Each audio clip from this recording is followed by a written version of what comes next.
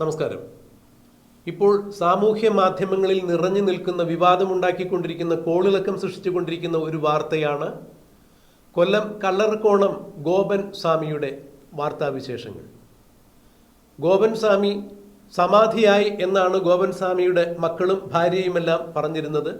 ഈ സമാധി വീടിന് മുമ്പിൽ തന്നെ കെട്ടി ഉയർത്തിയിട്ടുണ്ടായിരുന്നു. എന്നാൽ പ്രായമായ കല്ലറ ഗോപൻ സ്വാമി എന്നറിയപ്പെടുന്ന മുൻ ചുമട്ടുതൊഴിലാളി കൂടിയായിരുന്ന ഗോപൻ സ്വാമിയെ കാണാതായതിനെ തുടർന്ന് നാട്ടുകാരും അടുത്ത ബന്ധുക്കളും പരാതി ഉന്നയിക്കുകയായിരുന്നു. ഒരു അപസർപ്പക നോവലിന് വെല്ലുന്ന തരത്തിലാണ് ഗോപൻ സ്വാമിയുടെ കഥകൾ ചുരുളഴിയുന്നത്. സാധാരണ തൊഴിലുകൾ ചെയ്ത് നടന്നിരുന്ന ഗോപൻ സ്വാമി പെട്ടെന്ന് ഒരു സുപ്രഭാതത്തിൽ വെളിപാടുണ്ടായതുപോലെ സ്വാമിയായി മാറുന്നു. അദ്ദേഹം പിന്നെ കുറച്ചുനാൾ മരുത്താമലയിൽ കുറച്ച് സ്ഥലം വാങ്ങിക്കുന്നു. അവിടെ ഒരു ക്ഷേത്രം കെട്ടണമെന്നായിരുന്നു ആഗ്രഹം. പിന്നീട് എന്തുകൊണ്ടാണോ അവിടെ തുടരാൻ സാധിക്കാത്തതിനാൽ അദ്ദേഹം നാട്ടിലേക്ക് തിരിച്ചു പോന്നു. കൊല്ലത്ത് കല്ലറക്കോണത്തുള്ള വീടിനടുത്ത് അദ്ദേഹം ഒരു ശിവക്ഷേത്രം കെട്ടുകയുണ്ടായി. അത് നാട്ടുകാരുടെ സഹായ സഹകരണത്തോടു കൂടി തന്നെയാണ് ഗോപൻ സ്വാമി അങ്ങനെ ഒരു ക്ഷേത്രം നിർമ്മിച്ചത്.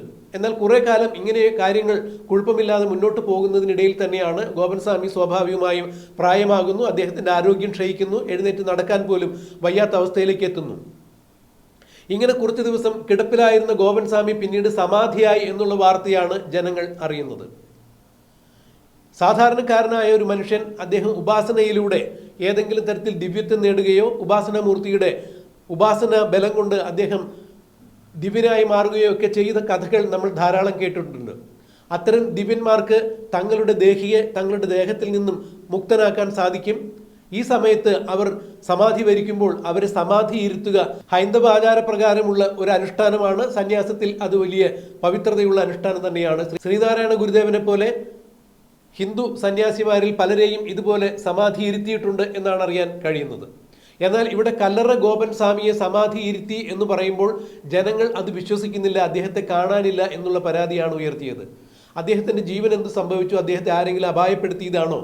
മക്കൾ പറയുന്നു അദ്ദേഹത്തിന് സമാധി ഇരുത്തി സമാധി മണ്ഡപം ഇതാണ് എന്ന് പറഞ്ഞ് കാണിച്ചു കൊടുക്കുന്നു. അത് കേസായി. പിന്നീട് പോലീസ് ഇടപെട്ടു, RTO ഇടപെട്ടു, കളക്ടർ ഇടപെട്ടു, അവസാനം കോടതി ഇടപെട്ടു. കല്ലറ പൊളിക്കുവാൻ വേണ്ടി കോടതിയിൽ നിന്നും ഉത്തരവിറങ്ങി. കല്ലറ പൊളിച്ചു നോക്കേണ്ടതായി വന്നു.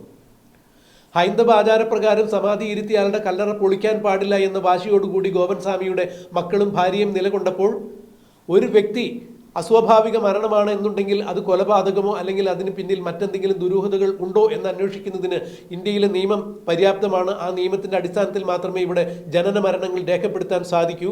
അല്ലാതെ സമാധിയാണ് എന്ന് പറഞ്ഞാൽ കൈ കഴുകി മാറി നിൽക്കാൻ സാധിക്കില്ല. നിയമപാലകർക്ക് അത് കൈയും കെട്ടി നോക്കി നിൽക്കാനാവില്ല.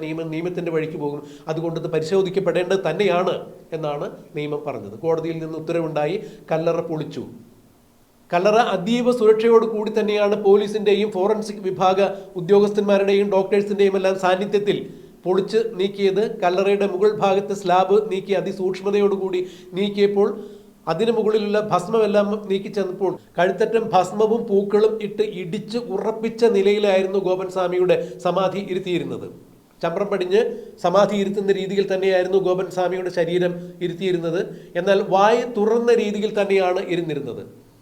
ഭസ്മവും കർപ്പൂരവും പൂവും ചന്ദനവുമെല്ലാം ഇട്ട് സുഗന്ധപൂരിതമാക്കി തന്നെയാണ് സമാധി ഇരുത്തിയിരുന്നത്. എന്നാൽ ഗോപൻ സ്വാമി എങ്ങനെയാണ് മരിച്ചത്, സ്വയം സമാധി ആയതാണോ എന്നുള്ളതെല്ലാം ഇനി പരിശോധനയിലൂടെ മാത്രമേ കണ്ടെത്താൻ സാധിക്കുകയുള്ളൂ. എന്തായാലും ഫോറൻസിക് വിഭാഗം വിദഗ്ധരും ഡോക്ടേഴ്സുമെല്ലാം അതീവ സൂക്ഷ്മതയോടുകൂടി കല്ലറ തുറന്ന് തന്നെ ഗോപൻ സ്വാമിയുടെ അഴുകിത്തുടങ്ങിയ മൃതശരീരം ഇപ്പോൾ പോസ്റ്റ്മോർട്ടത്തിന് വേണ്ടി കൊണ്ടുപോയിരിക്കുന്നു. പോസ്റ്റ്മോർട്ടം റിപ്പോർട്ട് പുറത്തു വന്നാൽ മരണത്തിൽ അസ്വാഭാവികതയൊന്നും തന്നെയില്ല. വിഷദ്രാവകങ്ങളോ അല്ലെങ്കിൽ മറ്റേതെങ്കിലും തരത്തിലുള്ള ഉപദ്രവങ്ങളോ കൊണ്ടോ അല്ല ഗോപൻ സ്വാമി മരിച്ചത്, സ്വാഭാവിക മരണമാണ് എന്ന് പോസ്റ്റ്മോർട്ടം റിപ്പോർട്ടിൽ തെളിഞ്ഞു കഴിഞ്ഞാൽ ഗോപൻ സ്വാമിയുടെ മക്കൾക്കും ഭാര്യയ്ക്കും ഭയപ്പെടേണ്ടതില്ല. മറിച്ച് സമാധിയിരുന്ന ഗോപൻ സ്വാമി ദിവ്യനായി മാറും, ദൈവതുല്യനായി ഒരുപക്ഷെ മാറിയേക്കാം.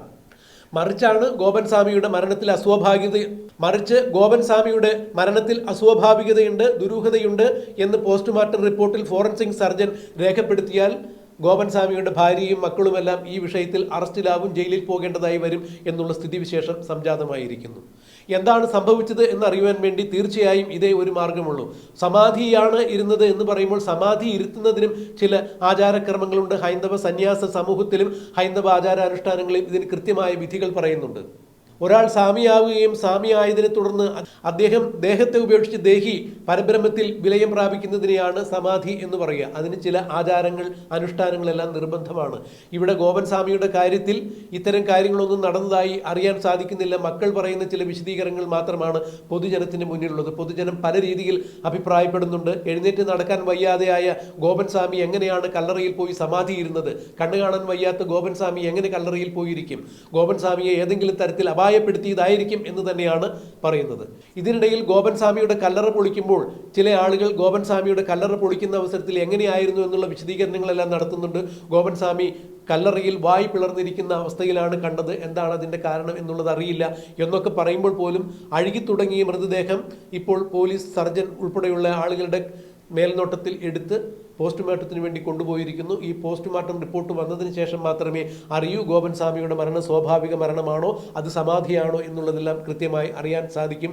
ഈ മരണത്തിൽ ഏതെങ്കിലും തരത്തിൽ ദുരൂഹതയുണ്ടെങ്കിൽ തീർച്ചയായും ഗോപൻ സ്വാമിയുടെ ഭാര്യയും മക്കളുമെല്ലാം കുടുങ്ങും. അവർ അറസ്റ്റിലാവും, ജയിലിൽ പോകും എന്ന് തന്നെയാണ് അറിയാൻ സാധിക്കുന്നത്. മറിച്ചാണെങ്കിൽ ഗോപൻ സ്വാമിയുടെ സമാധിയും അതിനോട് അടുത്തുള്ള ശിവക്ഷേത്രവുമെല്ലാം അവിടെ ഇനി തീർത്ഥാടന കേന്ദ്രമായി ഒരുപക്ഷെ മാറിയേക്കാം. എന്താണ് സംഭവിക്കുക എന്നുള്ളത് നമുക്ക് കണ്ടറിയാം, കാത്തിരിക്കാം.